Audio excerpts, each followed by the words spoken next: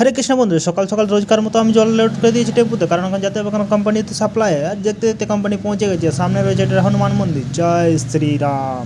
কি তারপর আমি চলে এসেছি আবার দোকানে গিয়ে বোতল নামাচ্ছি, আমার ভাই ভিডিও করে দিচ্ছে। তারপর কি কাকু বললো যাও কিছুগুলো দোনা মারতে হবে, কারণ অর্ডার আছে। তাই আমি চলে গেলে রেডি না করে ফটফট করে দোনা আমরা বানাচ্ছি। আর ক্যামেরাম্যান এখন ভাই এসছে, আর আমার টেনশন নেই, আমি এই যে দোনা বানাতে রেডি হয়ে গেছি। তারপর কি আবার বললো একটা জল নিয়ে যাও, ম্যাগরাজ টাওয়ার দিতে হবে, কারণ ওখানে একটা অফিস আছে, ওখানে আমার প্রতিদিন 1 বোতল করে জল লাগে। ঝটপট করে পৌঁছেই গেছি, আর দেখি যে গাড়িতে আমার তেল শেষ। ভাই বললো চল তেলটা আগে নিয়ে নিই। তাই এখানে জলটা নামিয়ে করে আমরা তেল নিতে চলে যাচ্ছি, এই যে কেডিয়ার সামনে ইন্ডিয়ান অয়েলে।